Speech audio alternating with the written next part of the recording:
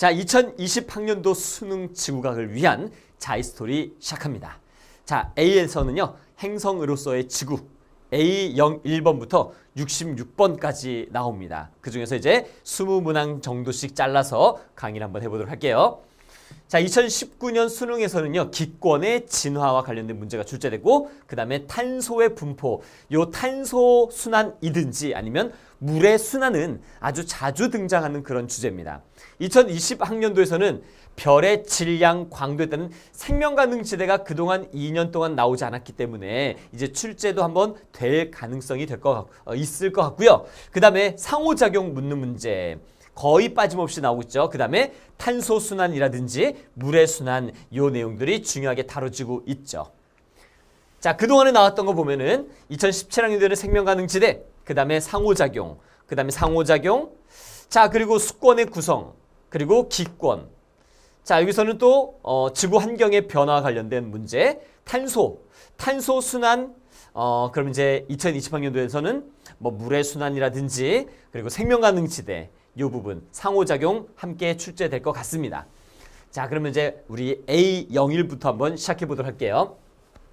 그러면 태양계 행성과 어느 주결성을 공존하는 행성을 생명가능지대와 함께 나타낸 것이다. 옳은 것을 골라보자. 자, 그러면 우리 요 그림 자료에서 생명가능지대 요 안쪽 경계선은 온도를 몇 도로 보라 그랬죠? 100도로 봐야 된다는 것을 기억합니까? 그 다음에 바깥쪽 경계선은 0도선의 경계선. 물이 존재하기 위한 영역이기 때문에. 자, 그리고 중심별의 표면 온도는 4,000, 5,000, 6,000 이렇게 위로 올라가고 있죠? 그러면 위로 올라갈수록 질량도, 중심별의 질량도 커지고 있다라고 생각을 해야 되겠죠. 자, 그러면 수명은 위로 올라갈수록 수명은 어떻게 된다? 중심별의 수명은 짧아진다. 자, 선생님이 물어볼 때 여러분들도 생각하면서 중얼중얼 하면서 함께 공부해야 됩니다. 자, 보기 기억합니다. 질량은 태양이 B의 중심별보다 크다. 자, B의 중심별. 그럼 B는 표면 온도가 좀 4000도보다 낮아요. 우리 여기서 중심별의 온도를 비교하려면 태양의 온도를 외우고 있으면 되지만 태양계에서는 생명가능지대가 어디? 1AU 근처에 놓여 있다는 것을 기억하면 됩니다. 그러면 쭉 올라가 봅시다. 올라가서 우리 지구는 이 정도 쪽에 있다면 그러면 중심별 태양의 질량은 뭐 이쯤 되지 않을까라고 생각할 수 있겠죠. 그러니까 중심별의 온도, 태양의 온도를 우리가 기억하지 않아도 이걸 통해서 찾을 수 있는 겁니다. 지구와 태양 사이의 거리는 1AU인 건 꼭 기억하세요. 자, 그러면 태양이 질량이 더 크다는 맞는 말입니다. 니은 생명가능 지대의 폭은 태양이 B의 중심별보다 넓다. 자, 여기서 여러분들 이만큼의 거리와 여기가 태양계라고 한다면 이만큼의 거리 비슷해 보이는데요. 이거 비슷한 거 아닙니다. 그죠? 왜냐면 중심별로부터 이만큼의 거리를 0.1AU 거리로 했다면 여기서 똑같은 거리를 본다면 이만큼이에요. 그러면 이거는 느낌이 한번 보세요. 여기서부터 여기까지가 9AU잖아요. 절반보다도 더 크죠? 그럼 대략 한 5AU 정도 되는 느낌 나죠? 그 말은 무슨 말이냐? 요 가까운 쪽은 많이 좀 펼쳐놓은 거고 멀리 있는 곳은 많이 압축시켜 놓았구나. 그런 그림 자료를 이해해야 됩니다. 그래서 당연히 여기가 더 넓은 겁니다. 이거보다는 여기가 더 넓다. 그래서 태양이 넓다. 맞죠? 그 다음에 디귿 물이 엑센트로 존재할 가능성은 A가 높아요? B가 높아요? 당연히 B가 높겠죠? 생명가능지대에 놓여 있으니까. 간단한 문제였습니다. 자, 그래서 답은 기억 니은이고요. 자, 2번 문제. 어느 주결성의 진화에 따른 생명가능지대의 변화와 행성 ABC의 현재 위치를 나타내는 것입니다. 주결성이라는 그 개념은 그냥 안정적으로 에너지를 방출하는 별, 태양을 주결성으로 보면 됩니다. 요 자세한 별들의 종류별 특징들은 지구학 2에 나오는 내용이니까 그 원에서는 그렇게 깊이 있게 다루지 않아도 돼요. 자, 그럼 중심별로부터의 거리가 여기에 놓여 있는데 1AU가 뭐죠? 우리 태양계에서의 생명가능지대. 그러면은 요 별이 현재 생명가능지대가 이 정도에 형성되어 있어요. 그럼 우리 태양계보다도 더 가까운 곳에 있구나라고 판단한다면 이 생명가능지대를 통해서 중심별의 질량을 비교할 수가 있겠군요. 자, 질량은 태양이 더 크다. 요 별보다. 이거를 뭐 그냥 별이니까 스타라고 한번 해보자. 요 S라는 별보다는 태양의 질량이 더 크다는 거 알 수 있겠죠? 그러면 갑니다. 1번 생명과 능지대의 폭은 T1보다 T2일 때 좁다. 자, T1은 여기고요. T2는 여기잖아요. 그러면은 우리 간격 보면 알 수 있죠?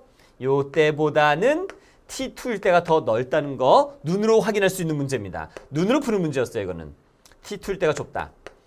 자, 별의 광도는 그러면 우리 광도 이 문제 풀 때 광도가 크면 클수록 생명 가능 지대의 폭 넓어지게 되고 거리 멀어지게 된다는 거 요거 생각하면 되는 겁니다. 자, 그래서 별의 광도는 생명 가능 지대가 더 멀리 있고 넓은 이때가 더 광도가 크다라고 판단을 해야 되겠죠. T2일 때가 작다 아니고 3번 현재 물이 액센트로 존재할 수 있는 행성은 생명 가능 지대에 놓여 있어야 되기 때문에 B가 된다는 거. 그 다음에 T2일 때 B는 생명 가능 지대에 위치할 것이다. 자, 그럼 여기서 어떻게 하면 되죠? 그대로 위로 올라가서 여러분 별을 이거 행성이 만약에 뭐 이만큼의 크기로 제시됐을 때 여기 이렇게 그려가지고 쌤 일부는 들어갈 것 같은데요? 이렇게 생각하면 안 됩니다. 요 행성은 정말 전만한 아주 작은 천체예요. 그래서 중심의 위치만 따져주면 됩니다. 중심의 위치만 점 찍어서. 그럼 벗어나 버리죠. 오히려 C가 생명 가능 지대에 놓이겠구나라고 볼 수 있는 겁니다. 다시 말해서 요거 이렇게 크게 그린 다음에 이렇게 크게 그려서 선생님 C 일부는 들어가고 일부는 안 되는데요. 어떻게 해야 되나요? 이러면 안 돼요. 중심의 위치만 점 찍어서 확인해 보자. 중심의 위치만 확인. 그래서 B이다. 아니죠. 자, 4번. T2일 때 B는 생명 가능 지대에 위치할 것이다. 잠깐만. 이거 안 되죠? 그러면은 벗어났고 방금 풀었던 문제네. 그 다음에 5번. 이 별의 질량은 태양보다 작다. 그죠? 태양계는 1AU가 생명 가능 지대. 근데 얘는 0.5가 생명 가능 지대니까 좀 더 질량이 작은 별이 되겠습니다. 그래서 답은 5번이 되겠네요. 자, 3번 문제. 2015년 7월 23일 미국 항공우주국은 항성 케플러 452와 그 주변을 공전하는 행성 케플러 452b를 발견했다고 하였습니다. 이번에 발견한 항성은 여러분 뭡니까? 다른 말로 별이라고 생각해야 되죠. 별. 자, 항성 케플러 452는 태양보다 광도가 약 20% 크다. 자, 그러면 주변을 공전한 케플러 452b는 생명 가능 지대에 위치한다. 아하, 선이라고 한다면 현재 이게 생명 가능 지대로 했을 때 우리 케플러라는 별의 생명 가능 지대는 광도가 좀 더 크죠. 그러면은 좀 더 멀리 생명 가능 지대는 좀 더 넓게 이렇게 분포되어 있겠다. 그죠? 그리고 우리 지구가 여기 있다면 요 케플러 452b는 이쯤에 있다고 한번 해보자. 자, 이해가 됐습니까? 그러면 보기 기억합니다. 중심별에서 생명 가능 지대까지 거리는 요 기억 항성이 기억이 태양보다 가깝다, 더 멀다. 뭘로 판단했습니까? 광도 가지고 판단하면 되는 거죠. 광도가 크다는 건 질량이 크다는 거. 그 다음에 니은에는 물이 액센트로 존재할 수 있다. 생명 가능 지대에 놓여 있다라고 했죠. 그러면은 이 행성은 물이 존재할 수 있습니다. 그 다음에 공전궤도 장반경은 니은이 금성보다 작다. 자, 그러면 금성은 지금 우리 생명 가능 지대보다 안쪽에 있는 행성이기 때문에 얘보다는 더 가깝다는 거 알 수 있겠죠. 자, 그래서 니은이 금성보다 크다라고 해야 됩니다. 자, 답은 니은 하나예요. 자, 다음 문제 4번 갑니다. 표는 태양계 행성 가와 나의 물리적 특성을 나타내는 것이래요. 자, 태양계 행성이라고 했습니다. 그러면 표면 온도가 460도 정도 되는 굉장히 뜨거운, 그리고 이산탄소, 자 95기압 이거 체크해놓고 이거 외웠죠 여러분? 아직 안 했으면 외워야 됩니다. 대기압이 95면은 이건 무조건 누구냐면 금성이에요. 금성. 그 다음에 1기압 나오면은 누구예요? 당연히 지구겠죠. 지구입니다. 자, 그러면 기억, 나에는 액센트물이 존재할 수 있다. 맞습니다. 뭘로 알 수 있어? 지구라고 하는 것을 우리가 이걸 통해서 모른다 하더라도 온도가 15도씨야. 그럼 0도와 100도 사이니까 당연히 물이 존재할 수 있겠죠. 그 다음에 는 하루의 길이는, 자, 아하, 하루의 길이. 자전주기가 243일. 그 다음에 얘는 23시간 56분이죠. 가가 길다. 맞습니다. 그런데 우리 여기서 하루의 길이를 한번 생각해 보자. 오른쪽에다가 잠깐 적어 볼게요. 하루라고 하는 것과 자전주기는 좀 달라요. 하루라고 하는 것의 정의는 태양이 남중했다가 다음날 다시 남중할 때까지의 시간이에요. 결국은 이렇게 적을 수 있겠죠. 남중주기. 자, 태양이 남중하는 주기가 하루입니다. 그러면 자전주기는 360도 회전하는 데 걸리는 시간이 되는 거죠. 자, 태양이 여기 있으면은 우리 지구가 여기 있다고 한번 해보자. 지구 여기 있습니다. 이때 태양이 남중한 것으로 보고 있는 관측자는 여기 있겠죠. 지구가 공전을 해요. 하루 지나면 1도 공전에 왔는데 좀 많이 그렸어요. 그러면 얘가 360도를 공전했다는 거는 여기 온 거죠. 얘가 자전에서 이렇게 딱 30도 돌았더니 지구는 여기 온 거야. 그럼 이게 1도잖아요, 하루에. 그럼 이 사람에게서 지금 태양이 남중했어요, 안 했어요? 남중 안 했죠. 남중하려면 얘가 몇 도 자전을? 1도만큼을 더 자전해야 되죠. 그래서 우리 지구 같은 경우는 하루가 자전주기보다 더 길게 나타나는 거예요. 자, 근데 금성은 자전주기가 243일이기 때문에 안 봐도 하루의 길이도 엄청나게 길 거다라고 볼 수 있겠죠. 그래서 가가 길다. 맞아요. 다음 온실효과는, 자, 온실효과는 가가 크다. 맞습니다. 뭘로 판단해야 돼? 대기압으로 판단해야 돼요. 자, 우리 대기압으로 판단할 수 있는 것들 한번 정리해 볼게요. 자, 대기압으로 판단해야 될 것들. 자, 대기압과 관련된 거. 우선 온실효과는 대기압에 비례한다고 생각하면 돼요. 그 다음에 대기압에 이제 반비례하는 게 뭐냐면 일교차. 대기압이 크면 일교차는 작아져요. 알겠죠? 그 다음에 대기압이 크면 행성의 반사율도 큽니다. 그래서 금성의 대기가 굉장히 두껍기 때문에 반사율도 많이 높은 거예요. 오케이. 자, 답 나왔고, 그러면은 이제 5번 문제로 한번 가보자. 자, 지구 탄생 이후 현재까지 지구 환경 변화를 모식적으로 나타내는 것입니다. 기업과 니은은 각각 지구 자기권과 오존층 중 하나입니다. 자, 지구가 탄생하고 난 다음에 자기권이 먼저일까요? 오존층이 먼저일까요? 자기권이 먼저 만들어지죠. 자, 자기권의 형성은 무엇 때문이었죠? 뭐 때문에? 그렇지. 외핵의 대류. 자, 요 외핵의 대류 때문에 자기권이 형성이 되었다. 그 다음에 오존층이 형성되는 과정은 좀 여러 가지가 있죠.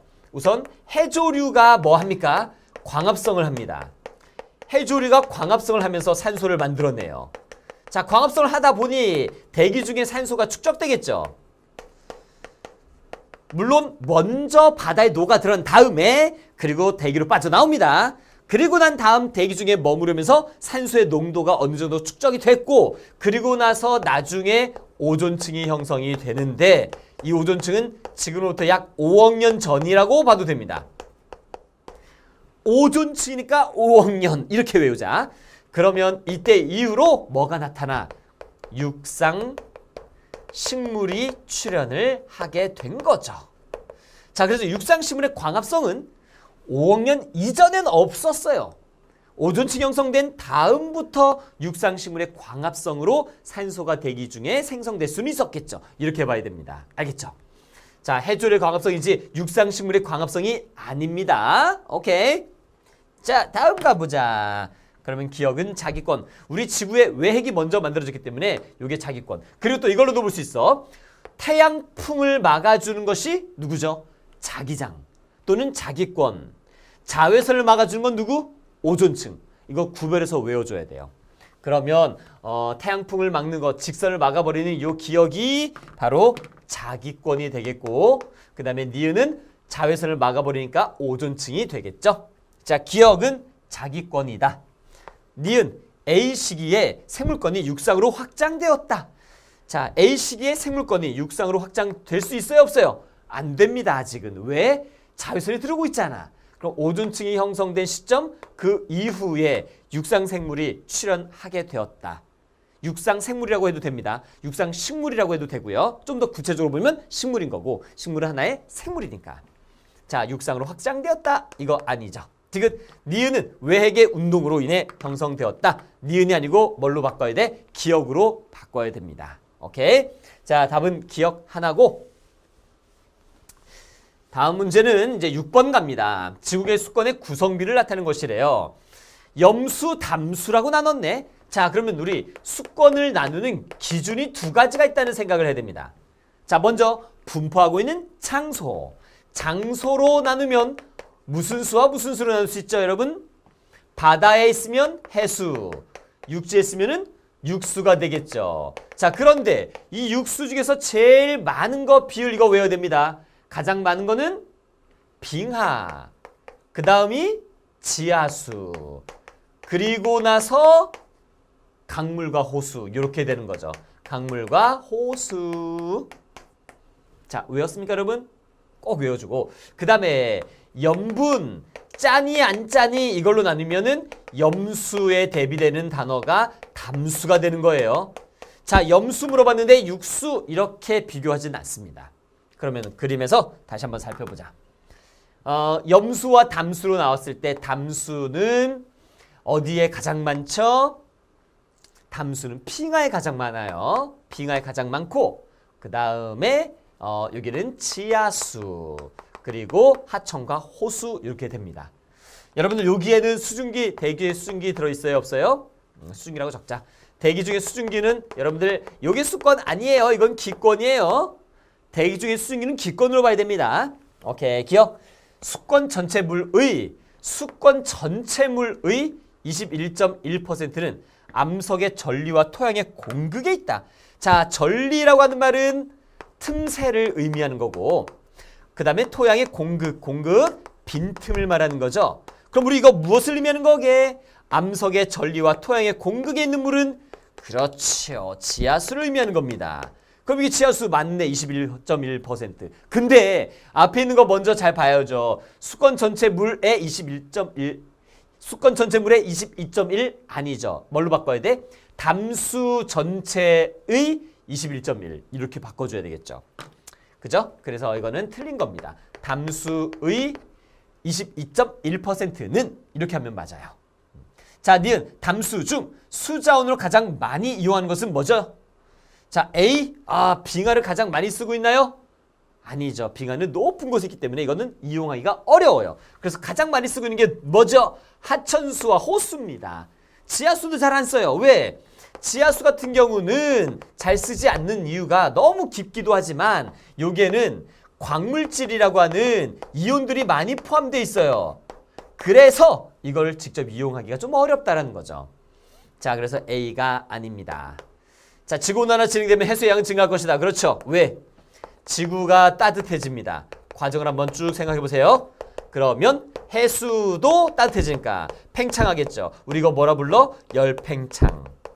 바닷물이 또 팽창만 하나요? 육지에는 빙하가 녹아서 들어오죠. 빙하가 융해돼서 해수로 공급됩니다. 그러니까 당연히 해수면은 상승하게 될 것이다. 오케이. 답은 디귿 하나가 되겠습니다. 자, 이제 7번 문제입니다. 상호작용과 관련된 문제로 지금 나왔어요. 외권과 지구의 구성 요소 사이의 상호작용의 예를 나타내는 것입니다. 자, 오로라 어떻게 나타나죠? 오로라는 우선 기권과 외권의 상호작용이에요. 기권과 외권의 상호작용. 왜 그런지 한번 생각해 볼게. 우리 지구가 이렇게 있잖아요. 그러면 지구에 자기권이 존재합니다. 자기권 한번 그려보자. 이렇게 자기력선 몇 개만 그려보겠습니다. 몇 개만 그려볼게요. 이렇게 있는데 태양에서 날아오는 뭐가 있죠? 고에너지 입자들. 자, 얘네들이 뭐냐면 양성자나 전자들입니다. 얘네들의 흐름이 나타나요. 쫙 갑니다. 그럼 얘네들이 움직이면서 우리 지구로 다가올 때 얘네들 스스로 뭘 만드냐면 자기장을 만들어요. 자기장을 만들어요. 선생님 이거 물어보나요? 안 물어봐요. 그냥 이해하라고 설명해 준 겁니다. 이거는 이해하라고 설명해 준 거예요. 여러분들 도선에 전선에 전류라고 하는 아이가 흐르게 되면 요즘에 전자이동이 생긴 거잖아요. 그럼 자기장 만들어지죠. 이거 기억하면 됩니다. 전류, 자기장. 그럼 얘네들도 전기적 성질을 띠고 있는 입자들이 날아오게 되면 얘네들 스스로 자기장을 만든다. 그러면 그 자기장과 우리 지구 자기장 상호작용하면서 얘네들이 요 자기력선 따라 이동한다. 그러면 요 부근에서 바로 어떤 현상이 일어나느냐? 바로 대기와 부딪히게 되는 거죠. 지표면이 쓰면 자기력선 몇 개만 그릴게요. 이렇게 되어 있을 때 얘네들이 전자 양성자가 막 들어와요. 들어오다가 지구 대기에 있는 누구랑 부딪혀? 질소기체나 산소기체와 충돌합니다. 그러면서 빛이 나는 거, 요걸 우리는 오로라라고 생각하면 되는 거죠. 그래서 입자는 무슨 권? 외권. 우리 지구 대기하고 부딪힌 거야. 대기권하고 부딪힌 것이기 때문에 무슨 권? 기권이죠. 그래서 외권과 기권의 상호작용입니다. 이해됐죠, 여러분? 오케이, 그럼 기억은 맞는 말이고, 그 다음에 니은. 나의 주요 에너지원은 밀물, 썰물, 우리 두 글자로 뭐라고 부르죠, 여러분? 조류라고 부릅니다. 조류. 자, 조류가 만들어진다. 밀물, 썰물 때문입니다. 그러면 자, 우리 문제 풀이하면서 단어에 대한 개념들 한 번씩 설명해 볼 테니까 한번 잘 보세요. 여기가 북극이에요. 북극. 그리고 달이 이쪽에 있습니다. 그러면 달 때문에 바닷물이 부풀게 되는데 뭐 때문에? 달의 인력 때문에. 그럼 어느 쪽이 부풀죠? 이쪽이 이렇게 달의 만유력 때문에 부풀게 되겠죠. 그런데 바깥쪽도 부푼대요. 이거는 지투에 나온 내용 때문에 원리는 몰라도 됩니다. 그냥 간단히 설명하자면 이거예요. 지구와 달의 공통 질량 중심이 여기입니다. 그럼 이걸 중심으로 우리 지구도 회전을 합니다. 자, 회전하게 되면 회전하는 것에 반대 방향으로 뭐가 생기죠? 원심력 생기죠. 그 원심력 때문에 바닷물도 이쪽으로 쏠리게 되는 거예요. 자, 이 상태에서 인간이 여기 서 있답니다. 그럼 이 인간은 꼬로로 물에 잠겼네요. 우리 이거 해수면이 하루 중 높을 때를 뭐라 불러요? 만조라 부르죠. 그럼 여기가 자전에서 여기 왔습니다. 여기 오게 되면 무슨 조? 간조가 된 거죠. 그럼 만조에서 간조가 됐다. 이때 바로 바닷물이 내려갑니다. 해수면이 낮아져요. 이거 무슨 물? 썰물입니다. 썰물. 그 다음에 다시 여기 오게 되면은 해수면이 다시 또 높아지게 되죠. 이때가 무슨 물? 밀물이 되는 거예요. 자, 이거 밀물 썰물은 주기적인 현상입니다. 이걸 우린 조류라고 부르는 거죠. 조류. 자, 지구 내부 에너지가 아니고 무슨 에너지? 조력 에너지로 봐야 되겠죠. 조력 에너지. 또는 뭐라고 불러도 돼요? 기조력이라고 불러도 됩니다. 기조력. 달과 태양의 인력. 근데 달을 주로 이야기하는 게 달의 영향이 더 크기 때문에 그런 겁니다. 그 다음에 디귿. 기권은 다가 직권을 만드신 것을 방해한다. 그렇죠? 대기가 있기 때문에 아무래도 얘네들 크기가 좀 작아져요. 운석이 들어오다가 대기와 마찰 타서 크기가 줄어든다. 그래서 충격을 줄여준다. 그래서 이거 맞는 말이 되는 거죠. 자, 기억과 디귿이 답이 되겠습니다. 이해됐죠, 여러분? 오케이. 그 다음에 8번 문제 갑니다. 지구에서 탄소가 순환하는 과정의 일부를 나타낸 것입니다. 탄소, 동그라미 치고 문제 풀어야 됩니다. 탄소 순환과 관련된 문제예요. 자, 옳은 것을 골라보도록 하자. 그러면 우선 기권의 탄소는 뭘로 존재하죠? 기권의 탄소는 자, 노란색으로 한번 적어보자. CO2로 존재합니다. 수권에는 무슨 형태로 존재하죠? 이온 형태로 존재하고 있습니다. 직권에는 무슨 형태죠? 석회암이 가장 많고 그 다음에 화석연료로 존재하고 있죠. 자, 그러면 생물권은 유기물 형태로 존재하고 있죠. 자, 탄소 순환하는 거 한 번씩 한번 말해 볼까요? 우선 A는요. 기권인 이산탄소가 생물권으로 들어갑니다. 뭐 한 거죠? 그렇죠. 육상식물의 육상식물의 호흡이 아니라 광합성입니다. 여러분들 해조류의 광합성은 이거 아니에요. 해조류의 광합성은 이거 아닙니다. 해조류는요. 바닷속에 있는 조류들은 물속에 녹아있는 이온들을 탄산이온을 먹기 때문에 이 광합성 중에서 해양 생물의 광합성, 즉 해조류의 광합성은 탄소가 수권에서 생물권으로 가는 겁니다. 알겠죠? 자, 다시 한번 얘기합니다만 이 해양 생물의 광합성은 해양생물, 해조류 광합성 물속에 녹아있던 이산탄소, 탄산이 생물권으로 가는 것이기 때문에 수에서 생으로 봐야 됩니다. 이거 두 개 조심해야 돼요. 오케이? 자, 다음에 B는 뭐가 있을까? 수권에서 기권으로 이거는 방출이겠네. 물속에 녹아있는 탄산 이온이 대기 중으로 빠져나가는 겁니다. 방출된다고 얘기해요. 그럼 이거는 어느 위도에서? 수온이 높으면 기체가 잘 안 녹고 빠져나가죠. 그래서 저위도에서 활발하게 나타나게 될 겁니다.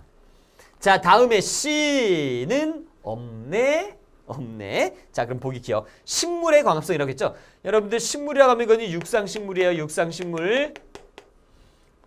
뿌리, 줄기, 잎 이런 것들이 잘 발달되어 있는 육상식물의 광합성은 A에 해당된다. 기권에서 생물권으로 맞죠. 그 다음 니은 기권에서 탄소를 주로 이산탄소 형태로 암기하면 되는 내용이죠. 디귿 해수표층 수온의 증가. 수온이 높아지게 되면 당연히 기체 용해도가 감소. 수온이 증가하면은 기체 용해도가 감소. 그래서 비를 통해 이동하는 탄소가 증가하게 된다. 맞는 말이죠. 기억, 니은, 디귿. 답은 5번이었네요.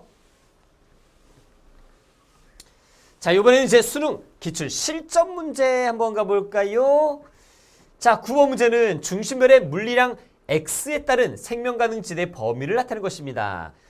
자, 중심별로부터의 거리가 멀어져 가고 있습니다. 그러면 무엇이 증가하게 되면 이렇게 생명 가능 지대가 중심별로부터 멀어지게 될까요? 그렇죠. 질량 들어갈 수 있겠죠? 또 광도 들어갈 수 있습니다. 또 표면 온도 들어갈 수 있습니다. 그죠? 자, 그러면 모두 주결성이다. 주결성이라는 말은 아까 얘기했던 것처럼 안정적인 별, 안정한 별. 그 다음에 기억, 중심별의 광도는 x가 될 수 있습니다. 생명 가능 지대의 폭은, 생명 가능 폭은 누가 더 멀다? 요게 더 멀다. 기억이 넓다. 맞습니다. 행성 A의 온실효과가 일어나면, 행성 A의 온실효과가 일어나게 되면 그럼 지금보다도 온도가 더 어떻게 될 거다? 그렇지. 올라가게 될 거다. X형태 물이 존재할 수 있을까요? 안 되겠죠. 지금도 100도보다 높은 행성인데 100도보다 가까이 있으니까 100도보다 높은 행성이잖아요.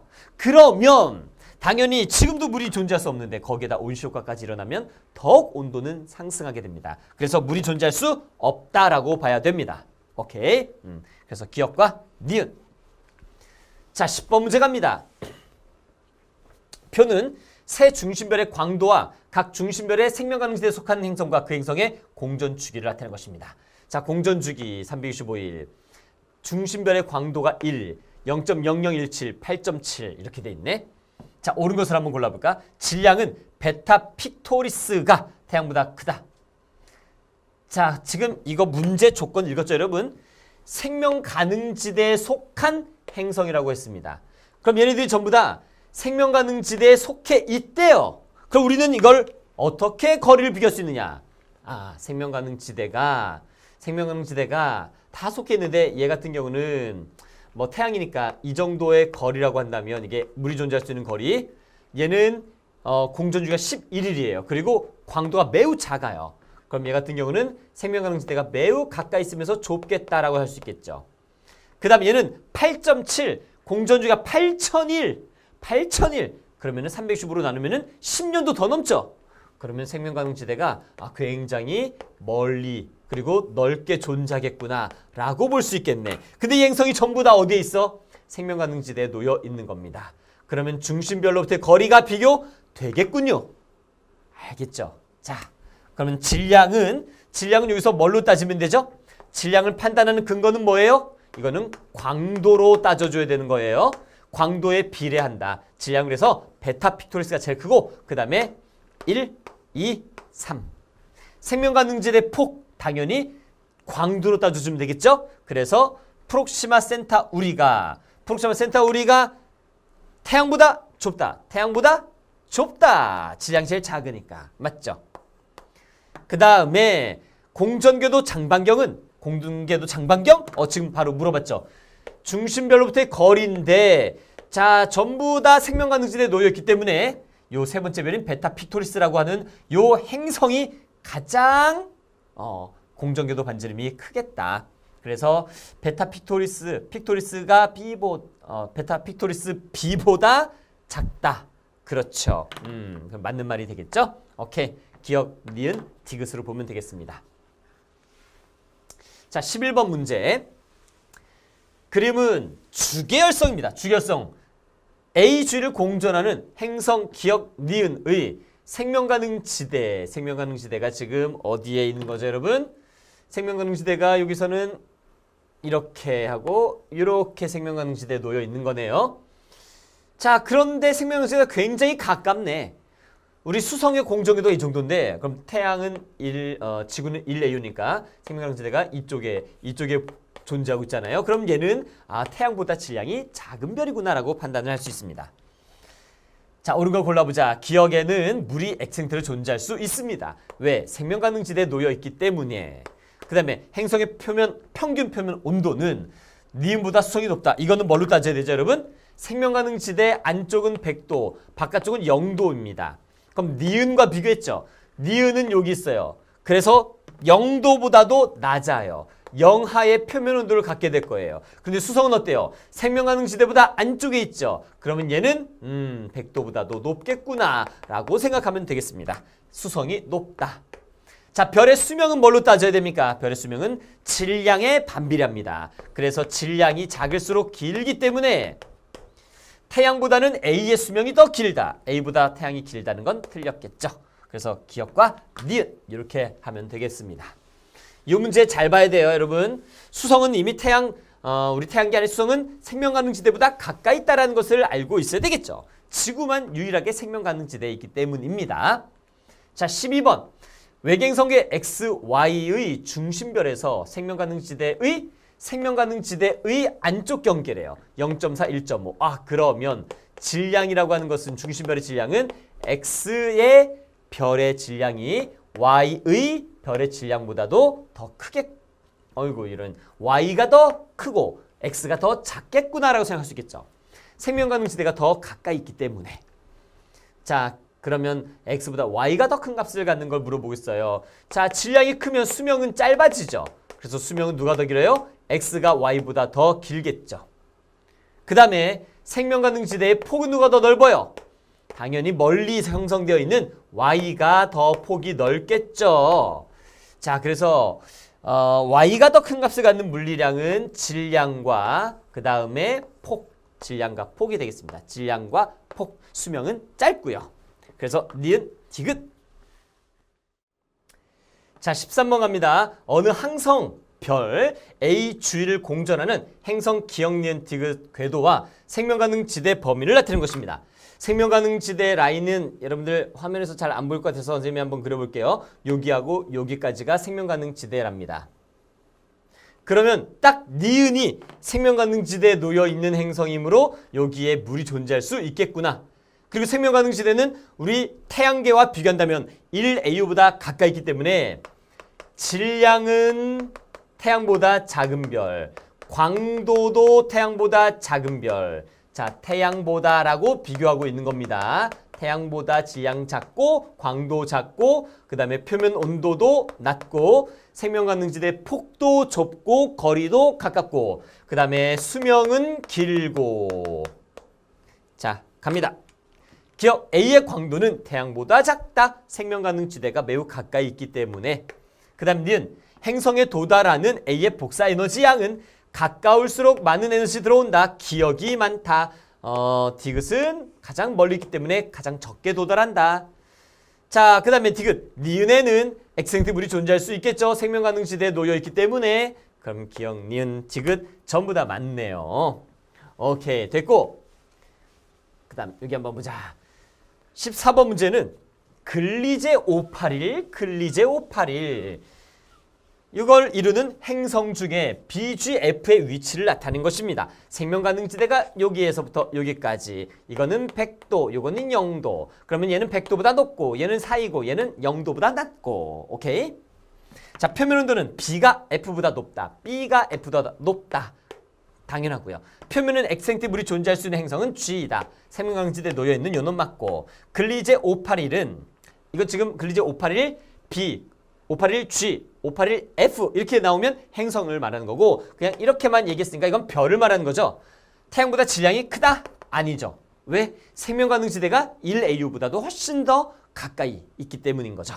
그래서 기억과 니은 답은 4번. 자, 다음 15번 문제 갑니다. 요거 아이들이 좀 많이 어려워했던 문제인데 자료에서 잘해야 됩니다. 단위 시간당 단위 면적에서 받는 복사 에너지의 상대값을 말하고 있습니다. 그러면 요 A하고 지구는 단위 면적당 들어오는 에너지가 똑같죠. 그러면 중심별부터 거리가 같다 이렇게 보면 안 된다는 거죠. 왜? 태양이 여기 이렇게 있다면 생명가능지대가 여기 있고 지구가 여기 있어요. 그럼 얘는 지금 중심별의 질량이 굉장히 작잖아요. 왜? 온도가 낮으니까. 그럼 생명가능지대는 매우 가깝고 폭도 좁겠죠. 요 영역 안에 있는 행성 요게 뭐가 되는 거야? A가 되는 거예요. 알겠습니까? 그 다음에 얘는 지구니까 여기 지구 이렇게 되는 거고. 근데 얘네들 전부 다 생명가능지대에 위치하고 있어. 그러면 B라는 행성의 별은 생명가능지대가 중간 정도 되겠죠. 이렇게. 그리고 여기 사이에 B가 있을 겁니다. 근데 가운데쯤에다 놓으면 안 되겠다. 왜? 1.0보다는 좀 적게 0.75 정도 받고 있으니까 생명가능지대에서 좀 더 바깥쪽에 있겠구나 라고 볼 수 있겠죠. 이렇게 위치 잡아줄 수 있겠어요? 오케이. 자, 기억 단위 시간당 단위 면적에서 받는 복사 에너지의 양은 B가 많다. A보다. B가 많다. A보다. A가 더 많죠, 여러분? 1.0이 들어오고 있잖아요. 그 다음에 니은 A의 공정유도 반지름은 1AU보다도 작다. 그렇죠. 여기 딱 지구까지가 1AU니까 그거보다 안쪽에 있어요. 그래서 작다. 디귿 생명가능지대의 폭은 누가 제일 크다? 태양. 자, 비행성계가 태양계보다 좁다. 그렇죠. 중심별의 질량으로 따져주면 되는 겁니다. 자, 니은과 디귿 16번. 자, 가는 주결성의 표면 온도에 따른 생명가능지대를 나는 태양의 나이에 따른 생명가능지대의 변화를 나타내고 있답니다. 옳은 것을 골라보자. 자, 우리 태양이 탄생한 다음에 생명가능지대, 지금도 여전히 지구는 생명가능지대에 놓여 있습니다. 근데 시간이 좀 더 지나게 되면은 우리 지구는 생명가능지대를 이 시점부터 벗어나게 될 거예요. 하지만 걱정 안 해도 돼. 우리가 죽을 때까지는 생명가능지대를 벗어날 일은 없습니다. 안심하셔도 돼요. 기억, 주결성의 표면 온도가 높을수록, 자, 주결성의 표면 온도가 높을수록 물이 엑센트를 존재할 수 있는 구간의 폭이 넓다.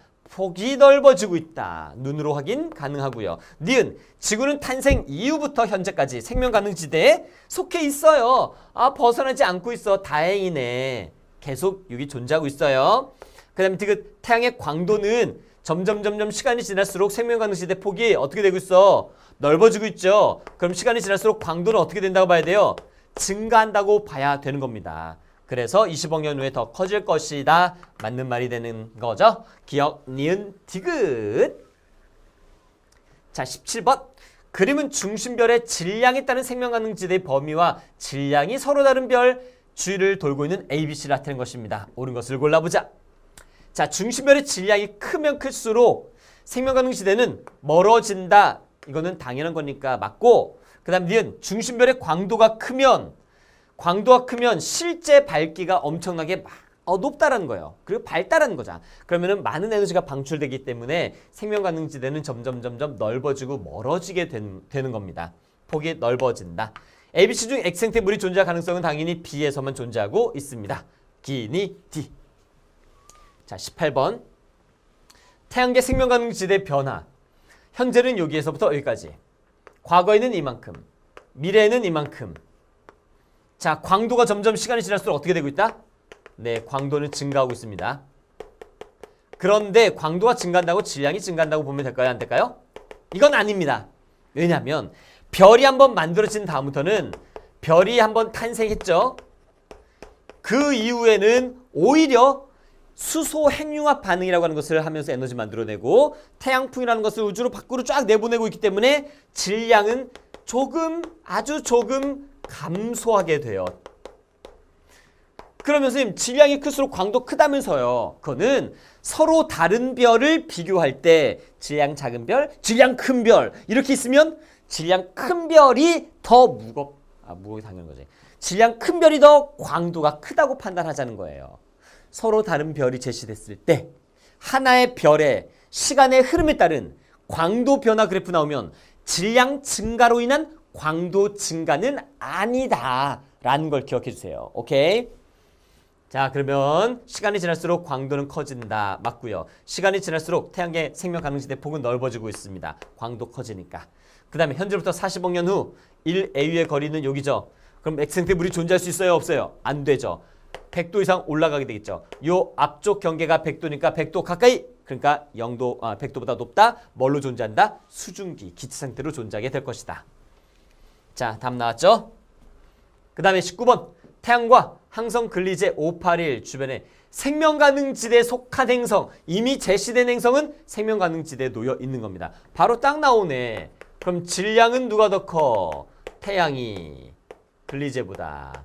그 다음에 광도 누가 더 커? 태양이 근리제보다. 표면 온도 누가 더 높아요? 태양이 근리제보다. 수명은 누가 더 길어요? 태양보다 근리제가. 그죠? 자, 그러면 기억. 광도는 태양이 크다. 생명가능지대의 폭은 태양 주변이 넓다. 그쵸? 중심별이 제일 크니까.